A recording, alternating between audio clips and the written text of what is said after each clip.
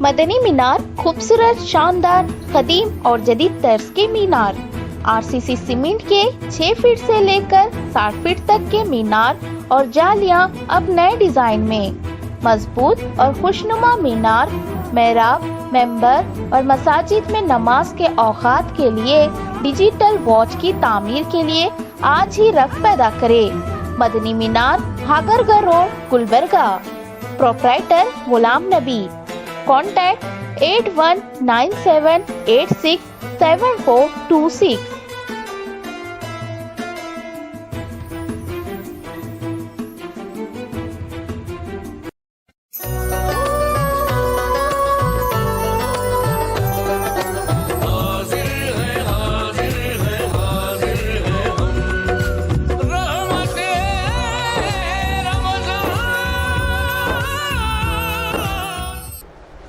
ناظرین السلام علیکم ورحمۃ اللہ وبرکاتہ۔ رمضان المبارک کے دوران ATV پر پیش کیے جانے والے خصوصی پروگرام رحمت رمضان میں آپ کا استقبال ہے۔ رحمت رمضان پروگرام میں آج ہمارے ساتھ موجود ہیں گلبرگہ کے ممتاز عالم دین مولانا عبدالحکیم ظفار اشرفی صاحب۔ آپ خطیب شعلہ بیان کی حیثیت سے کافی شہرت رکھتے ہیں اور عنوانات پر نہایت بے باکی سے اظہار خیال کرتے ہیں۔ مولانا، آج آپ کا اس پروگرام میں خیر مقدم ہے۔ جزاک اللہ۔ جی، سب سے پہلے ہمارے ناظرین کو یہ بتائیں کہ روزہ رکھنے کا، روزہ فرض کرنے کا کیا مقصد ہے؟ نحمدہ و نصلی علی رسولہ الکریم، اما بعد۔ ناظرین کرام، اللہ تعالیٰ کلام معجز نظام میں ارشاد فرماتا ہے، یا ایھا الذین آمنوا کتب علیکم الصیام کما کتب علی الذین من قبلکم لعلکم تتقون۔ اے ایمان والو، تم پر روزے فرض کیے گئے ہیں جیسا تم سے اگلی امتوں پر روزے فرض تھے، تاکہ تم تقوی والے بن جاؤ، پرہیزگار بن جاؤ، عبادت گزار بن جاؤ۔ مقصد صوم یہی ہے کہ انسان تقوی کی زندگی گزارے، پرہیزگاری کی زندگی گزارے اور جہاں تک ہو سکے ہر بے حیائی، برائی اور خرافات سے اپنے کو بچائے۔ جی مولانا، آپ حکمت بھی کرتے ہیں، جی، تو روزے کے طبی فوائد کیا ہیں؟ اب اکثر ایسا دیکھا جاتا ہے کہ افطار کے بعد لوگ کھانے پہ ٹوٹ پڑتے ہیں اور بغیر کنٹرول کے افطار میں بھی کھاتے ہیں، اور افطار کے بعد جو دعوت ہوتی ہے یا گھر میں کھانا ہوتا ہے تو بغیر کنٹرول کے کھاتے ہیں، تو اس سے روزے کا جو طبی فائدہ ہے وہ متاثر ہوتا ہے۔ جی دیکھیے، معدے کو ام الامراض کہا جاتا ہے۔ اچھا جی۔ تو وہاں ڈائریکٹ غذا جو ہے معدے میں پہنچتی ہے۔ اب انسان جو ہے سارا دن جو ہے پانی سے، کھانے سے، دیگر چیزوں سے اپنے کو بچائے رکھتا ہے، تو معدہ خلو ہو جاتا ہے، اور جب افطار کا وقت آتا ہے تو اسے بہت احتیاط کرنی چاہیے۔ اسی لیے اللہ کے رسول صلی اللہ علیہ وسلم نے ارشاد فرمایا کہ چھوارے سے یا کھجور سے افطار کریں، سمجھے؟ تو اس لیے فوراً اگر ہم زیادہ غذا ڈال لیں گے پیٹ میں تو معدے میں بوجھ ہوگا اور معدے میں ورم آ جائے گا، دیگر نئی بیماریاں پیدا ہوں گی۔ اسی لیے کھانے کا بھی یہی اصول ہے کہ ایک کھانا خالی رکھ کر کھانا کھایا جائے ہمیشہ، مگر روزے کی حالت میں سارا دن معدہ خالی رہتا ہے، انسان بھوکا رہتا ہے، تو اس تیزی کے ساتھ کھانا نہ کھایا جائے بلکہ احتیاط کی جائے۔ گلبرگہ کا درجہ حرارت 44 ڈگری سے تجاوز کر گیا ہے، حد کی بہت زیادہ گرمی ہے۔ جی، تو ایسا دیکھنے میں اور سننے میں آ رہا ہے کہ روزے دار روزہ افطار کرنے کے ساتھ ہی بہت زیادہ مقدار میں پانی پی لے رہے ہیں۔ جی، تو اس سے بھی کچھ صحت متاثر ہو؟ ہاں، لازمی بات ہے۔ دیکھیے، زیادہ پانی پینے سے روزے کے بعد فوراً، کیونکہ شدت گرما بھی ہے تو اس کی وجہ سے کڈنی اور ہارٹ پہ اثر پڑتا ہے، تو اس لیے جو ہے پانی ٹہر کر پئیں۔ اب ایک گلاس میں 3 سانس سے پانی پئیں افطار کرتے ہی، پھر تھوڑی دیر وقفہ کریں، اس کے بعد پھر پانی پئیں۔ ایک ساتھ آپ 2-4 گلاس پی رہے ہیں تو اس سے جو ہے فوراً پہلے تو لیور خراب ہوتا ہے جسے جگر کہا جاتا ہے، اس کے بعد ہارٹ پہ بال پڑتا ہے، تو کیونکہ دن تمام جو ہے معدہ بہت گرم ہو جاتا ہے، جی تو اس سے بھی آدمی ایک دم سست ہو جاتا ہے سست اور کوئی کام کاج نہیں ہوتا ہے. جی ہو نڈھال ہو جاتا ہے کیونکہ اعصاب جو ہے کمزور ہو جاتے ہیں. جی پانی بہت زیادہ پینے سے نڈھال ہو جاتا ہے. جی تو یہ مولانا روزے کے بعد کس طرح ہم کو افطار میں کس مقدار میں پانی پینا چاہیے یہ بتا رہے تھے.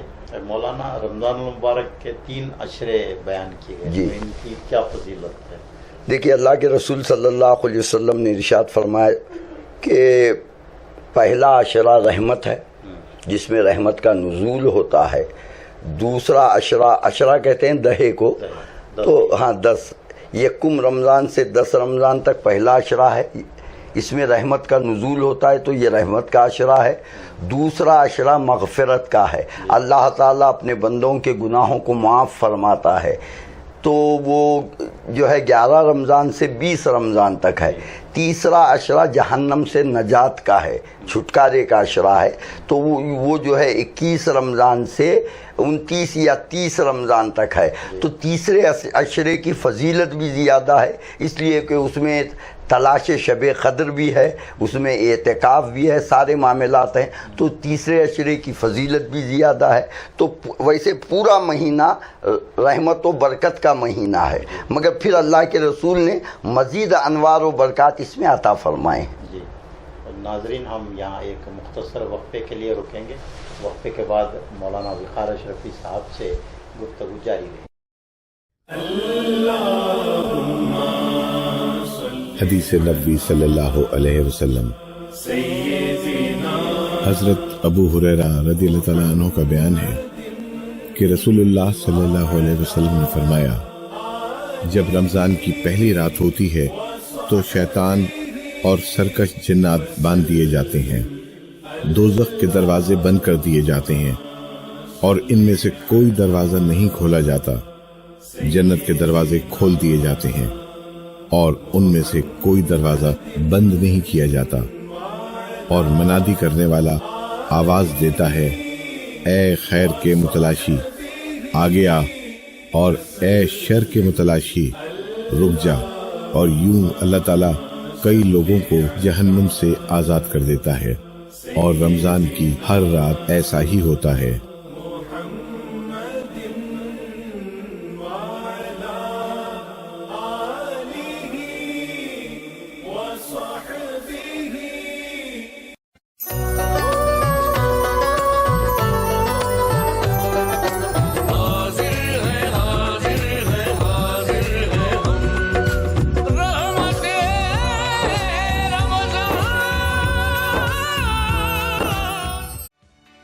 کرناٹکا بیٹری شاہپور میں پچھلے 25 سالوں سے قائم ہے.